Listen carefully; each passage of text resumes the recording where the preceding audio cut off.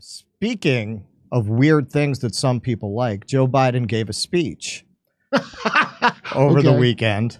And we're going to take a look at it and we're going to break it down. He is orienting his entire campaign, as would have been expected, around the well-trodden path of that genius of politics, Hillary Clinton, before him. Trump bad, Trump bad, Trump bad. And talkie January pills 6th. Good. He's got to take his talkie pills? Yes. Trump bad, January 6th bad, Nazis go. All right, so let's take a look at what he had to say. For the first time in our history, insurrectionists had come to stop the peaceful transfer of power in America. First time. Smashing windows, shattering doors, attacking the police. Outside, gallows were erected as the MAGA crowd chanted, "Hang Mike Pence." Inside, they hunted for Speaker Pelosi. The House was chanting as they marched through and smashed windows. Where's Nancy? Over 140 police officers were injured. Jill and I attended the funeral of police officers who died as a result of the events of that day. What did you just say? Okay, yeah. So he says that he attended the funerals of police officers who died as a result of the events of that day. The suicide. Okay, so he's not doing the fake one where they said he got beat to death because of suicide. Well, he's being cute about it. He's being cute about it. He's saying, well, they died as a result of that because 2 officers did delete themselves. Yeah, right. So he's playing it. So Keaton, what did you think about that line? Yeah, well, I mean, look, it's just obscuring the truth of what happened. I remember while I was watching January 6th go down, I was having a great time watching the events unfold. It was a really fun-filled afternoon of action. Better TV than whatever was on at the time. During COVID lockdowns, it was like bar rescue reruns, and so January 6th was great compared to that. And so I was having a great time, and then I heard on the news that a woman had died, and I'm like, oh no, that really puts a damper on it. Like, that really took all the fun out of January 6th, when we found out that a woman had died, because the assumption was, and based on the coverage, we were made to believe that the rioters had killed someone. Right. Yeah. Turns out the woman who they were talking about was Ashley Babbitt, who was gunned down by a cop inside of the Capitol. Then they tried to make it sound like cops were killed. Then we found out cops were not killed, and that cops died the next day. Right? There was one cop who I think died either the next day or the day died after. The next day. We're gonna get into that. But wait, he goes, okay, this sounds really serious that 2 cops died as a result of this. Why do you need to pad those charges with they were shouting, "Hang Mike Pence"? Because I got to say, I never felt so sympathetic. That's not even what they were shouting. They were shouting, "Mike Pence is hung."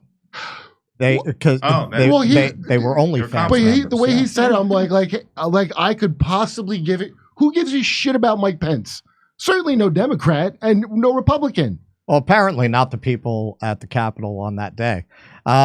So this is also a distortion of events. So it is not that there was no rioting. It's not that there was no vandalism, but there was also kind of a guided tour going on. First time in history. Very strange, because I'm a tour guide. Keaton's a tour guide. And we know tour guiding when we see tour guiding. And this does not look like fighting off an angry crowd. Right. This is more what you do when you're guiding a tour group. This is what you do when you have 50 kids from Sheboygan who are coming to play the Thanksgiving Day parade. I was about to say, I've had school groups from Kentucky that were more unruly than that, walking them around Radio City Music Hall. Yeah, so that's not really consistent with the story that he's telling of desperate fighting for life and limb. These cops, it's almost like some of the cops were in on it, but we are told that you're cherry picking. We're told that the Capitol Police is safe and effective, and we have no reason to doubt that. All right, so let's see what else our illustrious leader had to tell us.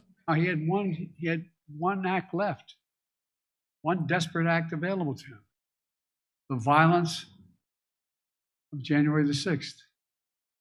Since that day, more than 1,200 people have been charged for their assault on the Capitol. Nearly 900 of them have been convicted or pled guilty. Collectively to date, they have been sentenced to more than 840 years in prison. Wow. Wow. Doesn't that speak to what a fascist you are? Well, it's also not consistent. What did they give the QAnon shaman? 42 months? They gave him 42 months? 48, something like that. Was it 48? And then they let him out. 48 months. But you know who only got 6 months? This guy. We are going to the Capitol. This you probably heard of him. There's a fella named Ray Epps. And wow, you would think they would have thrown the book at this guy, right? Look at him. No, when we go in, are we going to get arrested when we go up there? Look at him. He's telling people to come in right on camera. We've got him there at the front, breaking through the barricades. Look at him. Look at him egging people on, stirring up the crowd. Look at this. Oh, I think he was telling them to cooperate. Look at him running up the stairs in his military fatigues. Wow, did they throw the book at that guy? Well, he was trying to calm things down, I believe is what and also he cooperated with the police. Oh, so both before and after the event. There's a misinterpretation. Did that look like calming things down to you, Keaton? No, well, I mean, he flies his cronies out to Ray Epstein's island. He has an island that he flies people out to. I want to see who's on the Ray Epstein list, because that might answer a lot of questions as to why he only got 6 months. As I understand, there's a list of people associated with Ray Epstein that's not public yet. But I think once we find that out, that'll answer a lot of questions, tie up a lot of loose ends. Because you're saying he anglicized his name. He's not actually Ray Epps. He's Ray Epstein. Yeah, well, I mean, Epstein, that name kind of went out of fashion. You know? Yeah. He looks like Mulder and Scully's boss from X-Files, kind of. A little bit. He needs a pack of Lucky Strikes. Yeah, he's what? Yeah, Mitch Pileggi. Wow, yeah, good call, Kurt. Wow, that's a name I haven't heard in a long time. Yeah, because he's dead. Okay, so let's see. The smoking man is dead. All right, so let's see what else he has to say. This is coming from a president who called, when he visited cemeteries, called dead soldiers suckers. Wow, he pulled that out. Remember that? No, wait. He goes full Clint right there. He goes full Clint Eastwood. Suckers and losers. Remember that? Oh, God damn it. You remember he called them suckers? You know something funny? I know a guy whose brother... You feel lucky, Trump? Sometimes. Really happy. Irish. Gonna fuck Trump up, he's saying. Crack a beer bottle over his head. Beat his wife. With former aides, Trump plans to invoke the Insurrection Act, which will allow him to deploy, which is not allowed to do in ordinary circumstances, allow him to deploy U.S. military forces on the streets of America. He said it. He calls those who oppose him vermin. He talks about the blood of America as being poisoned, echoing the same exact language used in Nazi Germany. Everyone's a Nazi. So what do we say about people who send the IRS to the homes of journalists on the days that they testify before Congress? Are those like Nazis in Nazi Germany? Because that's what the Biden administration's IRS did to Matt Taibbi. Was that a coincidence that they went to his house that day? Isn't this the same? Or what about presidents who, fight in court for their right to strong-arm social media companies into censoring online speech? That sounds like a trademark of fascism. That sounds like an element of fascism, as friend of show Cornel West would say.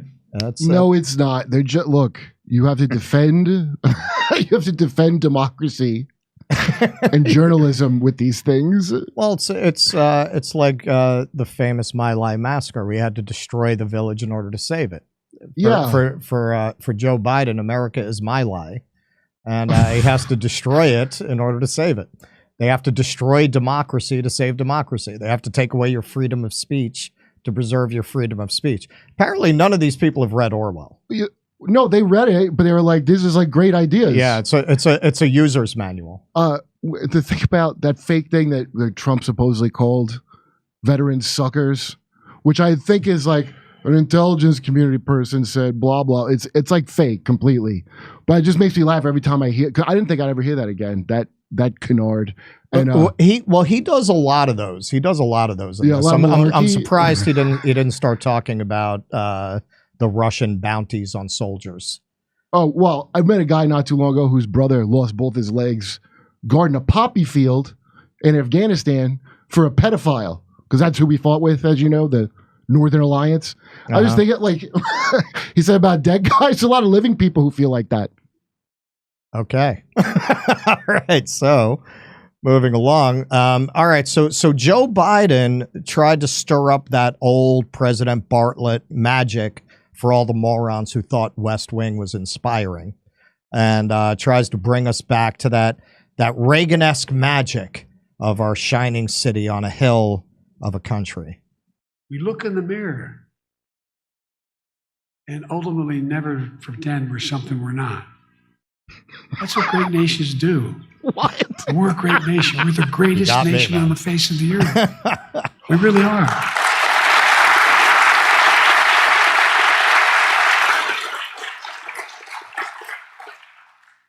That's the America I see in our future. We get up. We carry on. We never bow. We never bend. We speak of possibilities. We drive for Uber. We drive for Lyft. We work minimum wage jobs, 3 of them, to keep our children from starving on the streets. That's who we are.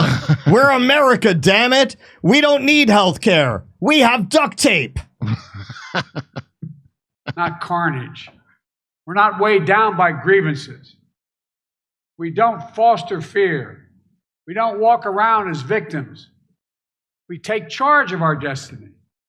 We get our job done with help of the people we find in America. What? Who find their place in the people who crowd the Oval Office in my dreams. I see them all coming to me at night. My 3rd grade school teacher. My brothers and sisters, long dead now. Changing world. And dream and build a future that not only they, but all people deserve a shot at. Yeah. Remember when his dad's kibbutz was destroyed 65 years after October 7th?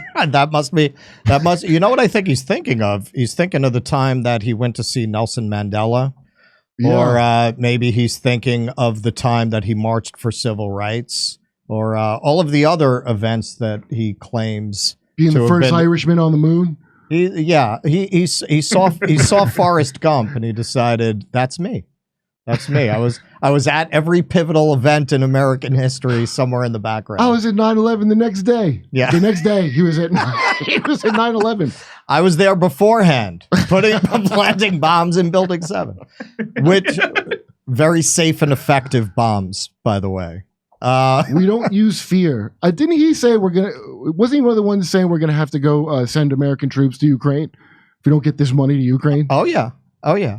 No, he's, this is the campaign that they're clearly going to run. We always knew they were going to run this kind of a campaign because they're not going to do anything for the American public. There is not one policy proposal in that entire speech. It was Trump's bad. He's a Nazi. Yeah. The police, the Capitol Police fighting off the barbarians. I mean, that's all. The barbarians are at the gate and we're America. We're great. I actually, he pulled that whole, we're the greatest country on earth. By what standard? By what standard? Come on. Infant mortality, healthcare, education. By what standard are we the wealth inequality? By what standard are we the greatest country on earth at this point? He might have plagiarized it from an actual fascist. He does that a lot. He might be saying an actual. I mean, Mussolini had panache. I'll give him that. I'll give him that. But Franco, though, Franco was, I think, the smartest of his generation of fascists. Why? He died of old age. Oh yeah, I guess you're right. You know, nobody hung him from a lamppost. He didn't have to eat a bullet in a bunker. Because when Hitler came to him to be an ally, like, I admire what you're doing, but I got my own thing going on over here, so good luck with that. And he stayed out of it. Oh, that's why it's always kind of weird and separate in the movies. He from stayed every out of other- it. It was like he saw Yeah. where that was going. It was like, no, I'm just gonna beat up on my own people. You go deal with those crazy Russians. Good luck. Good luck invading them. Yeah. Maybe read some Napoleonic history, idiot. Hey, guess what? Let me guess. Your medicine cabinet is filled with stuff that doesn't work. You aren't sleeping, you still hurt, and you're stressed out. Well, that's how it was for me. That actually is how it was for me, especially since I quit weed. I couldn't sleep, but guess what? CBD Distillery. I started using the CBD oil. It is a real change. I actually have been sleeping a little more. And Misha, you also say that helps you sleep and it helps you be calmer. The CBD Distillery's targeted formulations are made from high-quality, clean ingredients. No fluff, no fillers. Just pure, effective CBD solutions designed to help support your health. Because in 2 non-clinical surveys, 81% of customers experienced more calm, just like Misha. 80% said CBD helped with pain after physical activity. And I don't do physical activity, so I can't say, you know what I'm saying? I mean, I go up the stairs. 80% and 90% said they slept better with CBD. If you struggle with the health concern and if you haven't found relief, make the change like I did to CBD Distillery. And guys, over 2 million customers and a solid 100%. How much? 100% money back guarantee. CB Distillery is the source to trust. I got you a 20% discount. That's just to get you started. Visit cbdistillery.com and use code Jimmy for 20% off. That's cbdistillery.com and the code is Jimmy. cbdistillery.com.